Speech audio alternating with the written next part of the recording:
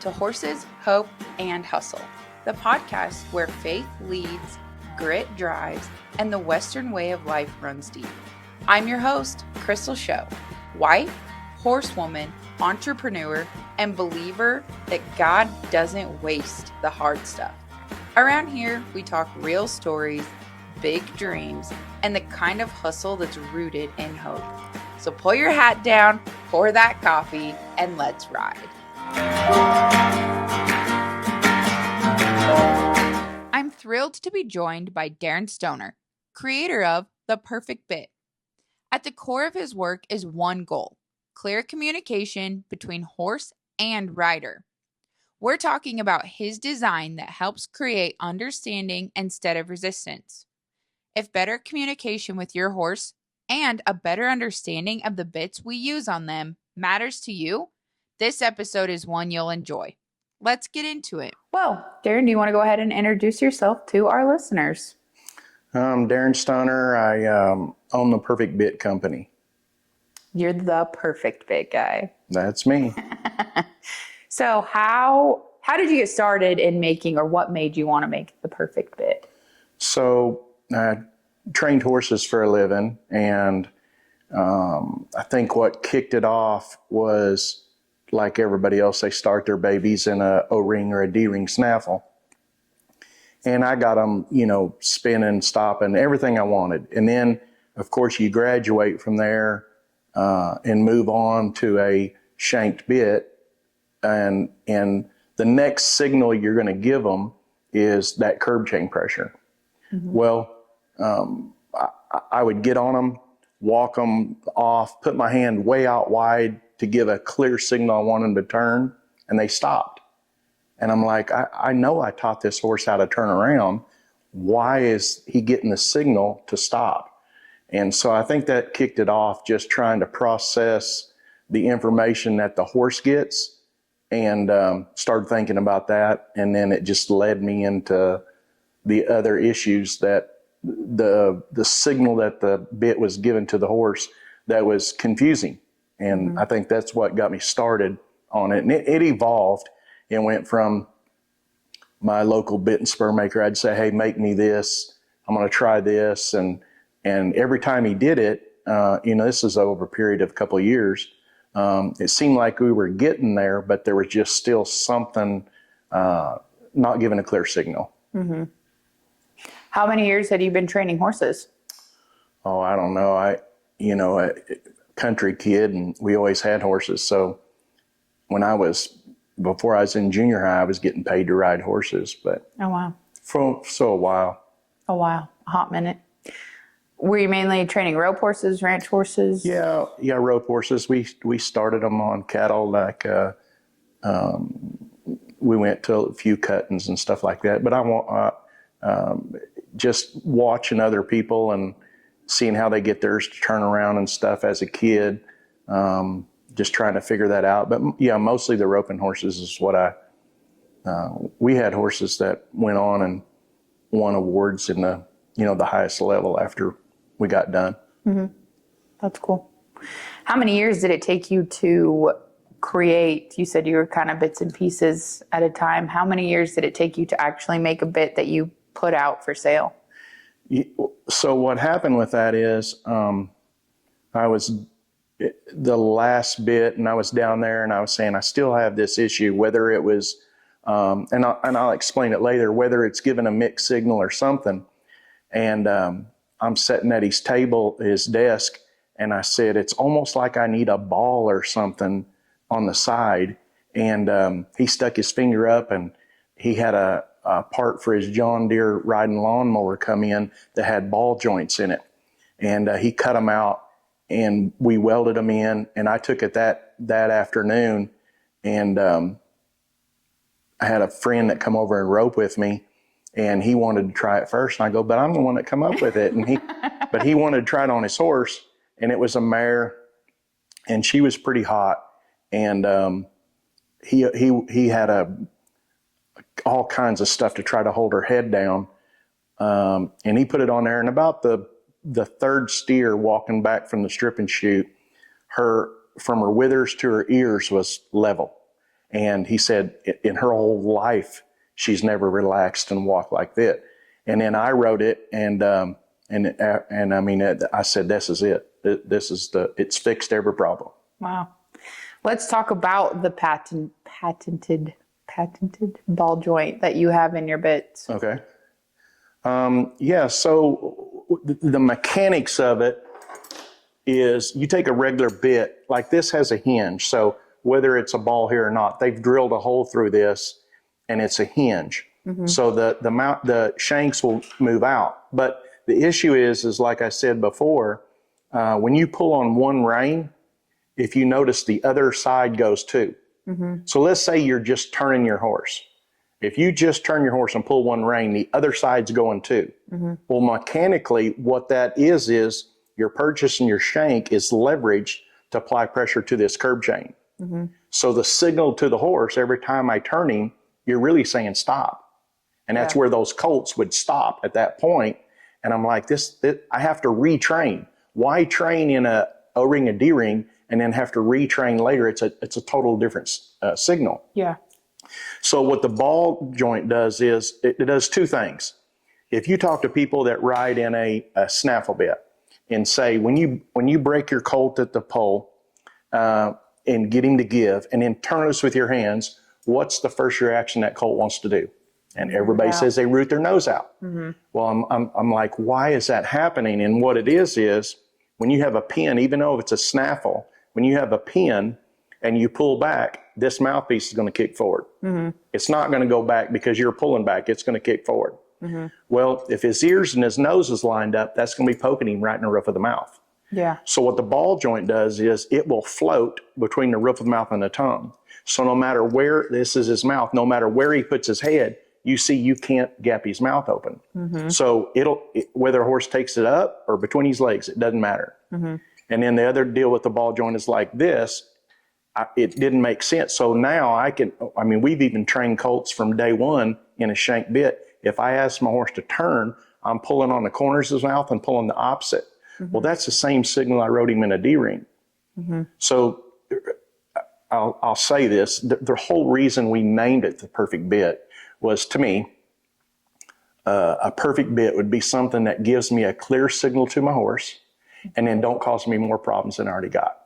Because people think there's a bit that's going to take the place of a horse trainer, a breeding program, a vet to make your horse sound, horsemanship, all that, and it's just not true.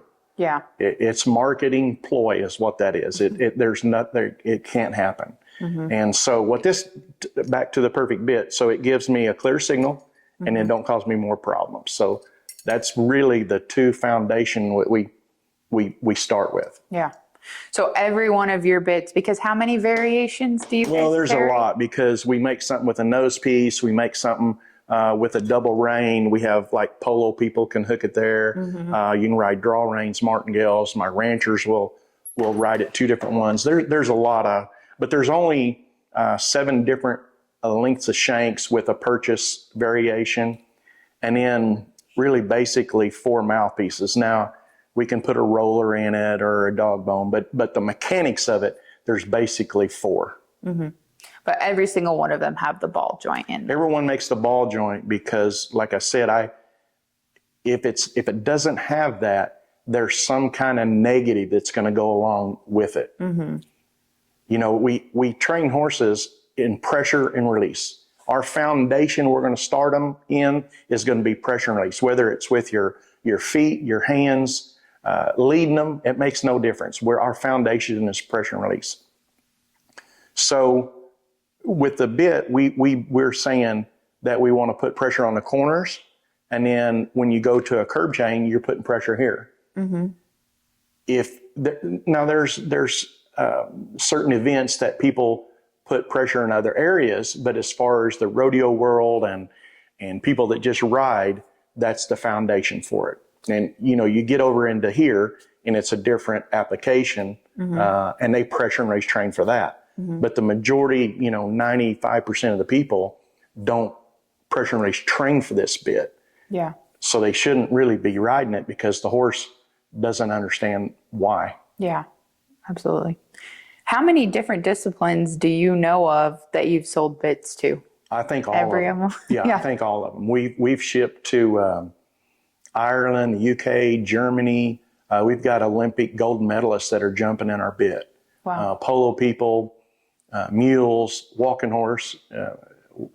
All of them, because you could say, well, this horse is a calf horse or this horse is a jumping horse. Well, he doesn't know that when he's born.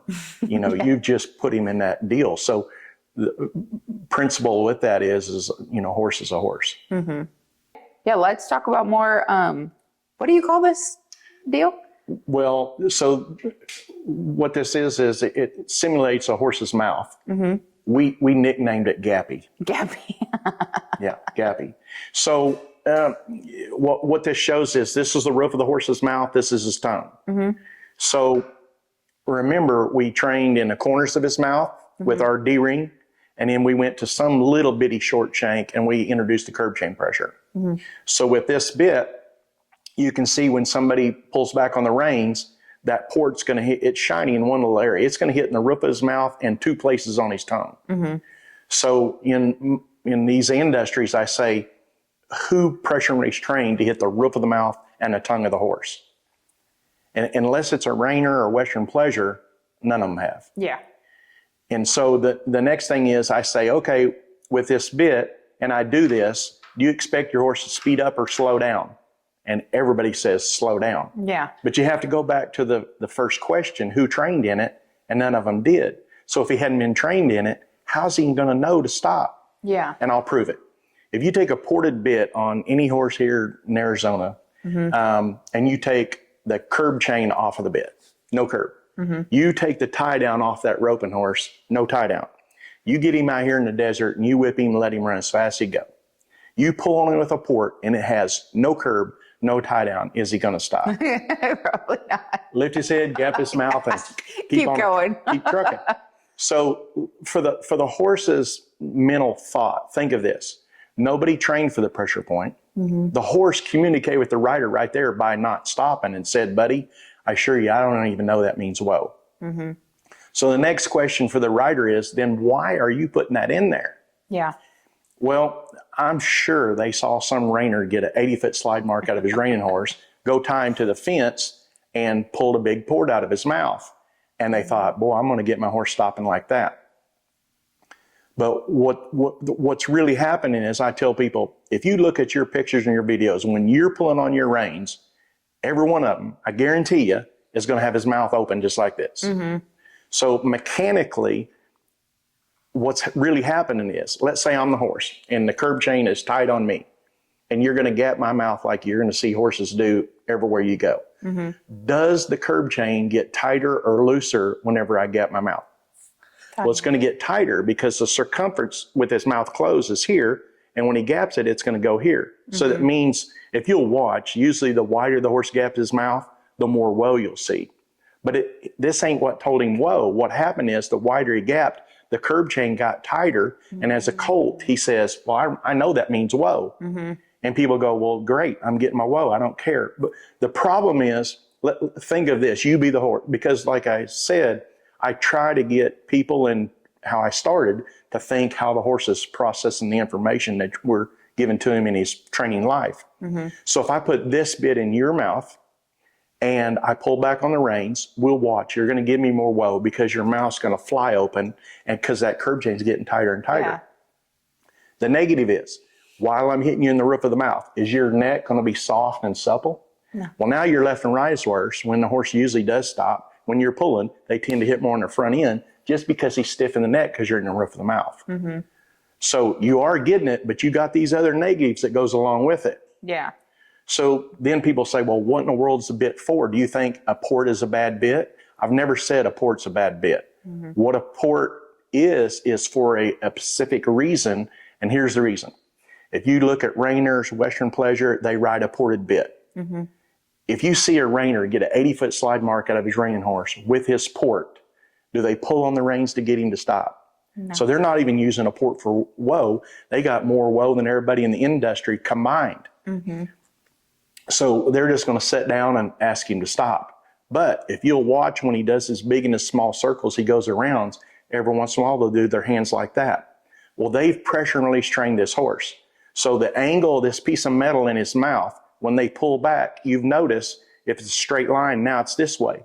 So pressure and release. The only release that the horse is going to gain from this, even if he stops, you're still hitting him in the roof of the mouth. But if I hold on to this, the only relief is if he drops his head and it don't hit him no more. Well, they're going to pull again. He's just going to drop his head so it don't hit no more. So a port is designed for headset on a horse. Nothing to do with whoa. Yeah. Wow. And that's and the deal is they say, well, how in the world would you train for that? Well, I've had old timers, because I go to asking question about this. Even when I trained, I asked people, other trainers, I said, what is that for? I don't know. I asked my bit makers, what am I going to use this for? What's it designed for? I don't know, Darren, but I sell a lot of them, so I make a lot of them. But nobody knew. Yeah. So back to the pressure and release training with it, what they said is, imagine you take a port, instead of the shanks being swept back, you bend them straight in line with your port. Now imagine they would said, we'd take a piece of string tied to the end of the shank, and we'd find weights, bolts, something that was heavy and tied to the end of the string. So here you got your headstall, your port, your shank, and this weight hanging down. You put that in a horse in a round pen, and let's say you move him around with that. Well, when he trots and lopes with his head up, the weight you've generated every step he takes is going to bounce in the roof of his mouth. Well, when the roof of his mouth gets sore enough, if he's semi-intelligent horse, you know what he's going to do? He's going to line it up so it don't hit no more. So then once we've trained him to get off of that, stay between the piece of metal, what they'll do is then they'll bend the shanks back at an angle. And the reason they're at an angle is, if you'll notice, reiners and Western Pleasure, they'll ride heavy leather reins, and they got them hanging way down as far as they can hang them down. Because the weight they've generated with it hanging down here, connected to the shank, makes that shank pull back, which makes the port stick exactly straight up and down. So on a loose rein, of course that horse is going to be broke at the pole, because he's trained, I'm going to stay between, I'm not going to let it hit the roof of my mouth, and I'm not going to let it hit my tongue. Well, if you hadn't trained your horse that way, the only thing you're going to be doing is prying his mouth open. Wow. That's a whole lot to think of, but it makes a lot of sense. Well, I tell people, I said, if you had the opportunity, would you talk to the most bit expert of all time? And everybody says, yeah. Who is it? And I said, how many bits have you put in your mouth in your lifetime? None. Well, how many is the horse? A lot. So he knows more about bits than anybody. So if you ask the horse, this gets a lot of people too, and it ruffles a lot of feathers. But if you would just listen to him, his eyeballs are bugged out, his mouth's gapped open, he's shaking his head, all these things, he's telling you something. Not saying he's being disrespectful. I mean, he just absolutely doesn't understand why this is happening to him. And then the other deal with that is, people come in my booth and they'll ask about the bit, and I say, well, what are you riding in your horse's mouth? 95% of them don't tell me what's in their horse's mouth. They tell me who made the bit. But that's the mentality of people. They're thinking better bits cost more money. And I use this analogy. Let's say the horse is the bit expert, and we have 100 bits that people's picked out. And one at a time, we put them in the horse's mouth. And we say, okay, horse, put this in a pile of a category it's a different bit. Well, for him to decipher what that is only thing he's going to do is, well, you're hitting in this area in my mouth, and you're applying this much pressure. He won't know what color it is. He won't care what the weld looks like. The only thing he's going to say is it's hitting here and here. So you take a bit and you put it in this pile, and then you get another one that looks different, but he's going to say it's the same because it's hitting him in the same area. You haven't done anything. You're just hitting in maybe more area or more pressure. So you could go get an expensive bit that costs $2,000, put it in there. You can go to Tractor Supply and buy function-wise the same bit, put it in that same horse, he's going to put it in the same pile. You have to, what we try to sell is function, clear signals to the way we've trained. Other things are marketed on the way it looks or the name brand or whatever. But we're actually trying to give a clear signal to the horse for the horse's sake, and then the riders who actually care. Yeah. It is crazy. And in the industry across the board, everybody's like, oh, the problem is the equipment. And it's a lot of it, like, but you can't just keep buying bigger bits to, you know, you need something, like you said, that has a clear signal. You know, bigger bit, you know, you say that, and it's funny. People say, well, my port's not very big. Well, the thing about it, you have a smaller object and you change the angle of it, it's going to poke in more. If you have something bigger, it's dispersion pressure in more area, so it's not as severe. So actually, the only thing you're going to say is a bigger bit. It's going to make his mouth pry open more, which makes the curb chain tighter again. Yeah. So, but it's common sense, and once people say it in a way that, like we saying about it's a lot of information, well, I say, you know who knows all this information? The horse. And he's been trying to tell you that, but people sometimes don't listen very well. Yeah. I'm guilty. I went through this cow horse person, and you help my husband a lot, and he rides in all of your bits, and we went through this with my little stud horse. Okay, I'm a believer now. In your industry, there's rules. You have to ride this bit. Yeah. And in your industry, the working cow, you know, they're going to give you a higher point the less you use your reins. Yeah. The whole thing is designed for headset and don't use your reins. But in the roping industry and the rodeo industry and all these, we use our reins. It's not designed to not use your reins. Yeah.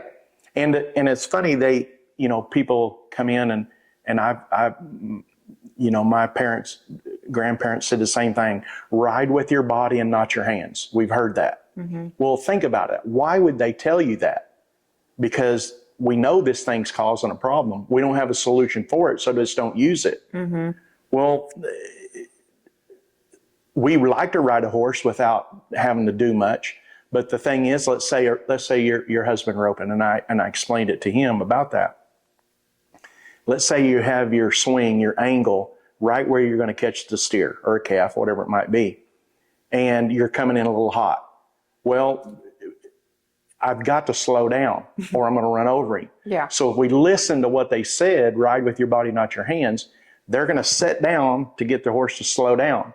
Well, now I've changed the angle of my swing where all I had to do was turn loose to catch. Now I've pulled it up. Now I have to alter my delivery from my swing because I can't use my bit. So the deal is, if you can't use your bit, why in the world are you putting it in there? Yeah. Yeah, that makes sense. If you own a business and you're looking for a better way to reach people who actually listen, we should talk. Horses Hope and Hustle partners with brands that believe in hard work, honesty, and showing up. Let your business be heard by our listeners through authentic, story-driven sponsorships. Contact us today for more info. So that kind of rolls into it. The next subject is, how do you choose the perfect bit for you? I know you've helped my husband a ton. Like, he rides with one hand, and I know his shanks and stuff are a lot different. I don't ride as well in his stuff. I have my own perfect bit now. Right. Well, that's true. So if you look at the mechanic of a bit, you have with the mouthpiece up is called the purchase. Your mouthpiece down is called the shank. So if you put them both together, they call it the cheek on there. So the shorter this is, it's like prying something out of the ground, with a pry bar.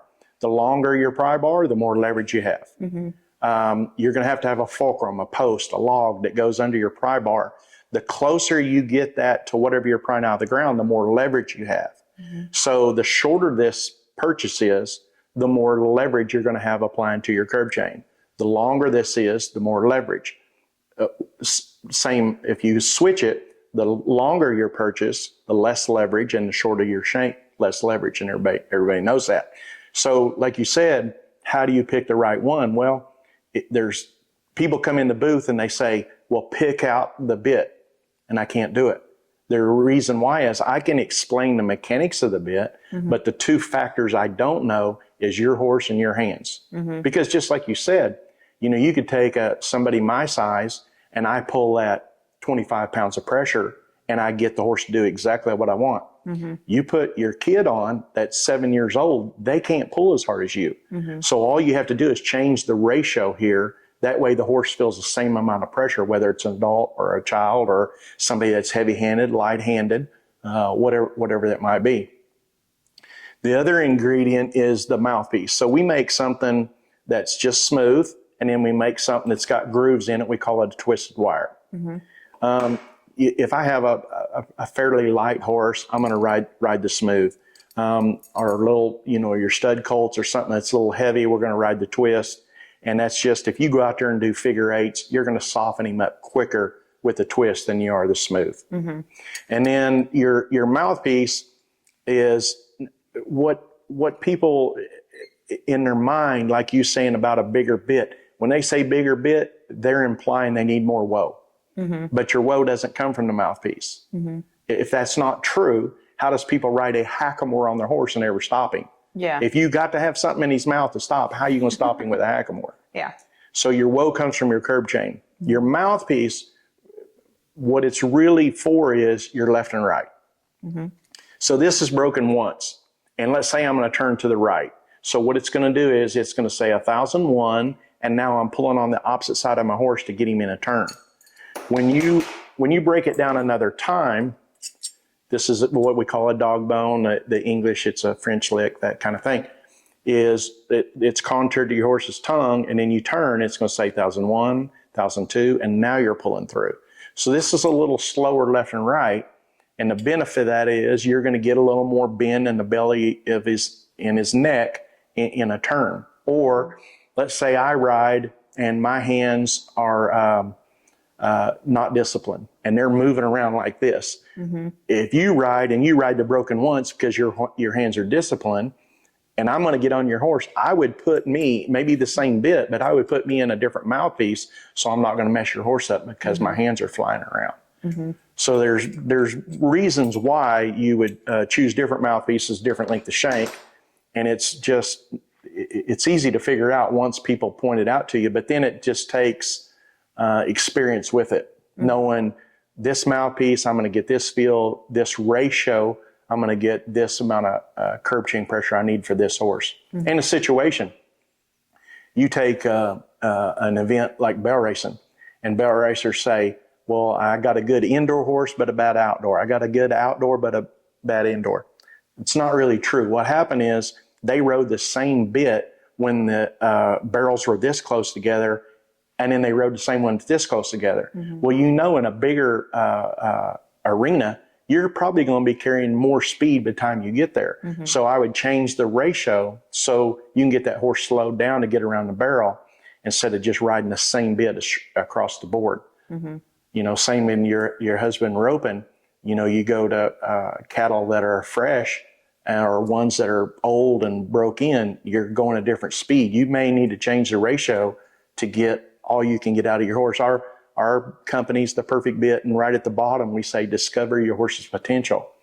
Well, really, unless you know about the bits, you may not get all the way to his potential.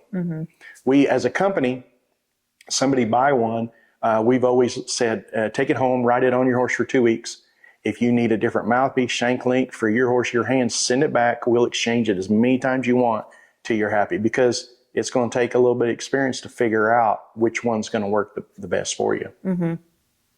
That's awesome that you guys do that, because you do have a lot of options too. I do. Yep. We even make something with a nose piece, and what it's designed for, it's called a combination. And people's made a combination for years. A combination is between they would call it between a hackamore and a shank bit. Well, the barrel racers asked me to make one, but if you'll notice, everybody's is tied on. It's a rope tied on. It's one size fit all. All horses' head ain't the same size. So that didn't make sense to me. So we made ours adjustable. But if you look at the mechanics of it, if you think of this, if you have this in your horse's mouth and you tighten your headstall. So every hole you pull it up, the mouthpiece is coming up. Okay. If you tighten the nose piece, it pulls it off the back of his mouth and it pulls it forward every hole you take it up. So that means, let's say on your horse, you've adjusted this, and when you pull, you hit 80% on the corners and 20% on his nose. Because all horses, some of them, no matter how light you are, when you're too heavy, instead of giving to the pressure, up comes their head. Because they just panic. They say, I can't, I'm not going to take that amount of pressure you're putting on me. Some will just give and they're happy with it. So let's say the next horse, that kind of ratio he won't work on. So all you have to do is just keep tightening the nose piece. And what that does is now you can hit 50% and 50%. Mine still won't take it. I just keep tightening this nose piece. And now when I pull, I can almost hit 80 to 90% on his nose, but I still have something in the corners where I have the flexibility, because a hackamore is a good whoa bit because curb chain pressure, but you lose flexibility because every time you turn, you're back to saying whoa like a bit that doesn't have independence. So this is what we call our combination. And some horses, even if you might buy this for a horse and it works perfect. And the next horse you put it on, he doesn't like nose pressure. All you have to do is unbuckle this and it rides just like a regular bit. Yeah. You were showing me when I came to you and picked my bit, the ones that you were talking about running your draw reins differently too. So you had either the curb pressure or the... Right. So back to our fulcrum, which is your mouthpiece, that makes the bit pivot. In other words, you pull back, that makes this pop part kick forward, which really just tightens your curb. So we put a half ring back behind it. So if you'll notice when you pull, no curb chain pressure. So you can ride draw reins, martingales, you can run them through here and then snap them back either between his legs like a reiner, or I snapped them on the side. That way I could pull him down.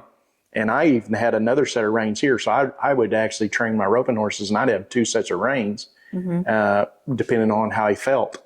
And then your ranchers, they'll ride a split rein usually. So most of my ranchers get something with a double rein. And here's the reason why. They'll hook the rein here, and let's say you're the sorting in your pins. You really don't need much curb chain pressure because you're not going nowhere. So they'll hook their rein here, and if you'll notice, no curb chain pressure. And then let's say they go to the pasture and they need to tag a calf or rope something sick. Don't unhook it. Take the other end of your split rein and stick it in this hole. If you pull your leather all the way through, your split rein will just fall this down. Now you can apply. And then when you're done, pull it back out and you're right back to riding the D-ring on one headstall. So, like the variations come with that. So you can get that with the nose piece, without, that kind of thing. Our D-rings, people will, my horses, we've been in business now, I don't know, 24 years or whatever it is. And my horses, you can pick up on the rein and get aggressive and snatch on them, and they'll just give to it. Because they haven't been conditioned, like I say, with a D-ring, it's going to kick forward and poke them. So ours has been, they never have in their mind, this means this. So people come in, well, I'm riding your bit and I'm starting my colts, but they haven't switched our D-rings. So, but you want to do that from day one, because same deal, the mouthpiece will float between, no matter where he goes, it won't be poking him back out. So that's the reason we make these different variations. There's really nothing we do as far as you buy the same thing twice. We try not to do that. If we make something, it's for a reason that you're gonna benefit from it.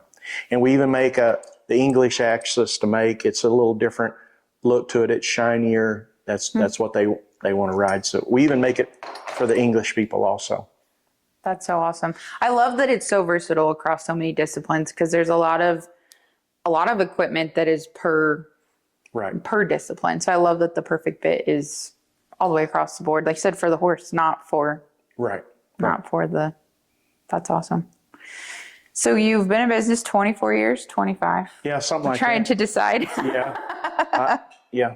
Tell us what that has looked like when you first got started. I mean, once you had the design, how many were you making at a time? Where were you getting them made at? Yeah, we welded the first one 150 up, and then after that, once I saw where it was headed, I got way better welders than me to work. So we've always had a machine shop make parts, and then our welders do that.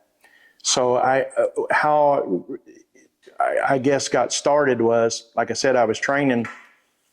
Like most trainers, to make a living, you got to ride a lot of horses per day. Mm-hmm. And it was getting to the point physically that I was riding 3 horses, and I'd go lay down on something flat, try to get my back, back to going. And I was like, Lord, I'm going to have to do something else, because I can see I can't do this the rest of my life. Mm-hmm. And so that's how it evolved with that. And then once we figured out, hey, this is going to work, my wife at the time, she had one of the best jobs in our little town, benefits and salary, the whole deal. And I couldn't keep up. And she was trying to do the labels and things at night. And then I would go do it. And I said, you're going to have to quit your job. And our families both was like, are you crazy? Because, you're talking about, you got stability, and then you're going out there where you don't know how long it's going to last, things like that. Yeah. But she did, and pretty quick. And but we worked together every day for all those times.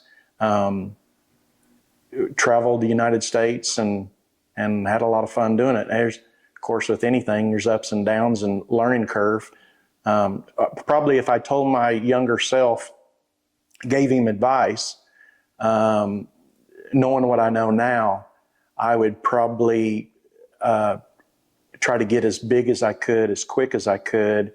Our main deal is the bits, but now we have, there's no telling. I bet I have 1,000 set of reins, from barrel reins, split reins, roping reins, every kind of head stall. We sell belts. Mm-hmm. So you guys have some jewelry now on the website? we got no telling how many thousands of pieces of turquoise and silver. But, all that, the reason I say that is at first, you made the bit pay for everything, the gas, the motel, everything. It paid for everything. And it was just too hard to travel and do that. So if I told my young self, it would diverse and get as big as you could. And we did it business-wise. We never borrowed money. Oh, wow. We saved money, bought the first materials and got that going, and our profit, put it right back in. And we haven't ever had to borrow money for the business. It's paid for itself the whole time. That's impressive. 25 years ago, social media wasn't a thing. No. So how were you growing then? Like, how were you getting this out there? Just word of mouth, or? Well, now it's word of mouth. Back then, we advertised in all the roping magazines, the cutting magazines, barrel magazines, team pinning, all that. We advertised full page ads and all that. Mm-hmm. Obviously, it's changed now. We have a social media girl now who takes care of our stuff. We're not too savvy on that, but we hire somebody to do that. But we went there for, 10 years. My wife, she ships every day. She'll go to the post office maybe several times a day. And it's just word of mouth. Mm-hmm. These people buy it. And then in the horse industry, as you know, they care about when they're watching their friends ride and have issues with their horse, and they're like, here, try my bit. Mm-hmm. And but we shipped every day still by word of mouth. Now we're trying to do more of the podcast in a way that's switched. Mm-hmm. But at first it was just by magazine, which is overhead. You have to make that back up. Yeah. But and so we stopped it all for quite ever since people stopped looking at magazines really. And mm-hmm. Print's tough because you don't know what your return on your investment is. Right. There. That's interesting though, because most people that we have, or like people my age, we used social media because it was Right. free. That was our like way of building without going into the hole too much. So how many bits did you first start with? I mean, obviously you have your ball joint deal, but how many, when you made that first 150, was it just one style or did you have the different mouthpieces then? We had 4 different length of shanks. So we still use that 1, 2, 3, 4, and that tells you that. And then basically, like I said, we had smooth, twist with a dog bone in each one of those. Then we started dealing with bell racers, and bell racers needed less curb chain pressure than we did. So we already started with 1, so now we had to use letters, and we went back the other way in a ratio that where they could get all they could get out of their horse. You apply too much in that industry, and now you're slowing down. You're not outrunning anybody. So we had to kind of fine tune that part of it. That's super neat. If you, I guess you kind of answered it. If you could do something different, what would you have done? Diversified more, I guess? Well, you know, when I think made an impression on me when I was a kid, we always had horses, and my dad took me into the tax stores, co-ops, things like that, and just the smell of leather, and I was hooked then. And we often thought about opening up a store, but nowadays, you know, where do you do it? Because you'd have to have that steady traffic, you know. Yeah. And so what we do is we'll do shows. So we do the Texas Junior High. The reason we do that is it's a week long, and our booth is a 10 by 50. It's a big booth for me and my wife to set up. And so we do that, the Texas High School, then we turn around and do the National Junior High. We do the Little Britches, and then the National High School, and then we do the NFR. And so instead of that, we travel, which is sometimes not fun when it's hot, setting up the booth and tearing it down. But we really go to the customer each time, and then more online stuff, the way, you know, it's doing with people buying just over their phone. They don't have to necessarily look at it in their hands anymore like they used to. But that's what got me hooked, was going in and them old timers with their tax stores and the smell of leather. And I thought, boy, this would be a great job to own it. But Yeah. Now you just have your little, well, it's not little, your personal tack trailer that you guys haul around, and you winter here in Wickenburg. That's where we're at now. And you're from Texas. Where at in Texas again? Fairfield. It's an hour and a half south of Dallas. Yeah. We grew up in Northeast Oklahoma, me and my wife. Oh, cool. Very cool. Gosh, what's been your biggest challenge in creating all of this and getting it to where it is now? Challenge. Trying to figure out to maximize your time and your money. I think the business part of it was the biggest challenge on where to put your money in, like you say, in advertising in a smart way, or investing in the right products, that kind of thing. Well, not just with the bits, but the other products that we have. You know, you can buy a head stall as a head stall, but what we do is we run into people that, let's say they don't do it full time. They make halters, but they don't make it full time. They do it in their garage or whatever it might be. And we have those people. Almost all of our products come from individuals that it would be too expensive for them, like I say, with one product to go and set up. So we buy from them wholesale and turn around and sell it retail. That way they just set at home, make their product, and then we go out there. So a lot of our products are by individuals. They're not a mass-produced product, which most of the time is better made. I'm not saying the other stuff's cheap. Yeah. But you know, when you're an individual and you're doing your own little thing, it's not just to get out the door. They put some of themselves in each little product that they do. So almost all of our products that way, when you come in our little booth, that's what our products are going to mostly be. Family, just like us, that's making it, just trying to, get by. Mm-hmm. What has been your biggest reward in growing all of this? So that's funny. I thought the reward would be different. In other words, I told my wife, quit your job. In 2 years, we'll retire. Mm-hmm. Because I understood it to a point, the bit that when everybody else understand it, that's, we're going to sell out. Mm-hmm. I figured up, there's 1 point whatever million people in the United States that own a horse. I sell one bit to them, I'm done, Mm-hmm. Well, that didn't happen. And the reason why is tradition. Something like this comes along and they're going to, stick with tradition. And, but the reward to me, we'll go to the booth. There's people riding in the arena right now that had issues with their horses, problems.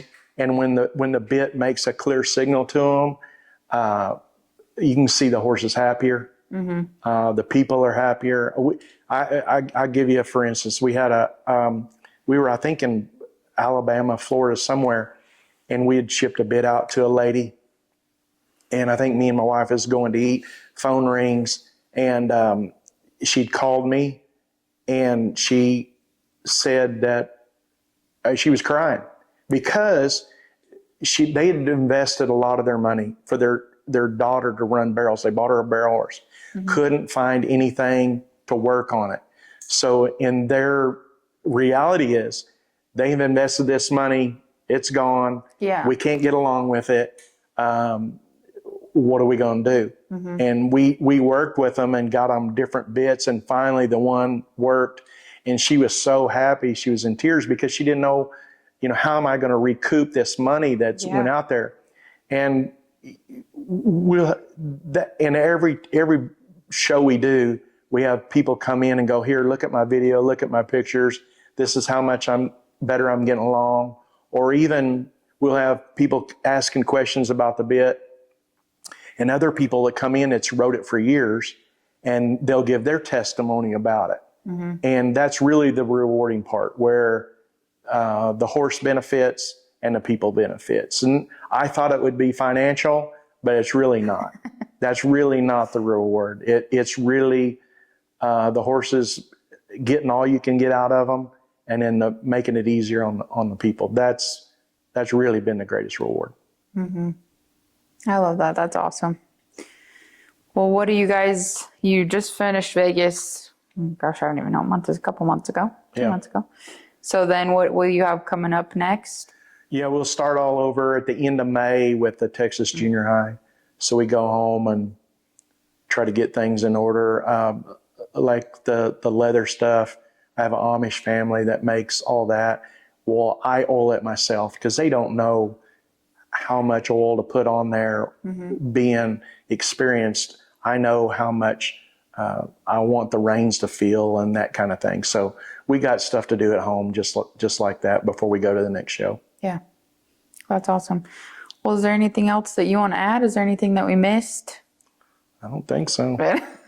So if people want to purchase or look into a perfect bit, your website is just theperfectbit.com, right? Yep, that's it. Yep. Find you on Facebook, go to your website. Yeah, and we try to ship, that's the industry nowadays, but we try to ship the same day. They order it, we try to get it out the same day. Mm-hmm. That's awesome. Well, thank you for being here on the podcast and explaining all of this and converting me. And they say, people come in the booth say, you're a good salesman. I'm really, I try not to be that. I try to give you information. Mm-hmm.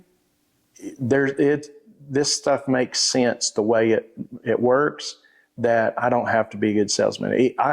I have people, okay, and off they go, and I don't run them down or anything.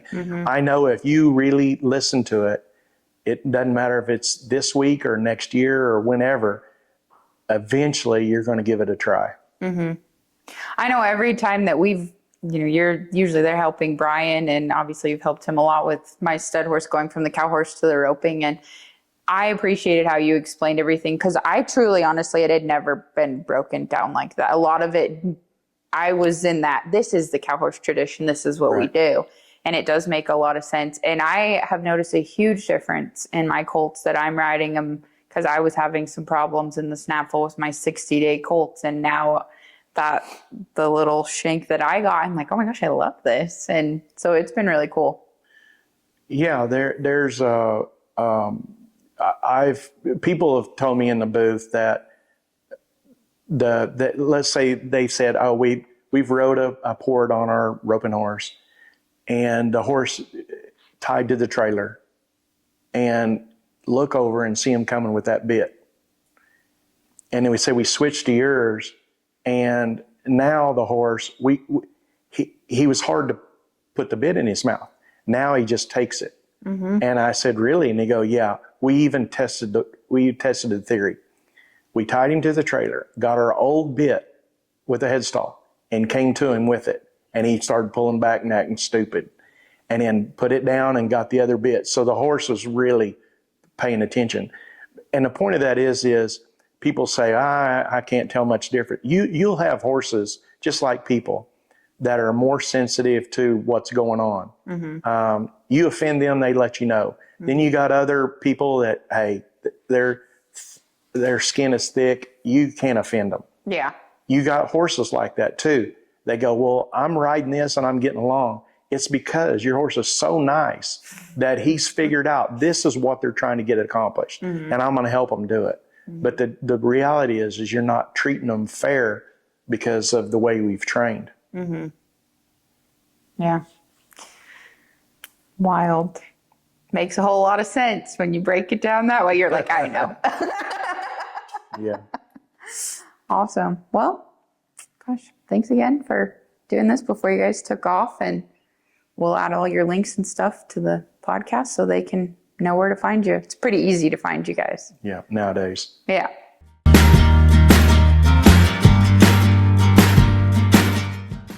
Thanks for riding along with me on Horses, Hope, and Hustle. If you found even a little bit of inspiration or grit here today, share it with a friend, leave a review, or tag us on socials, and keep showing up for what truly matters. Until next time, stay true, stay tough, and keep hustling.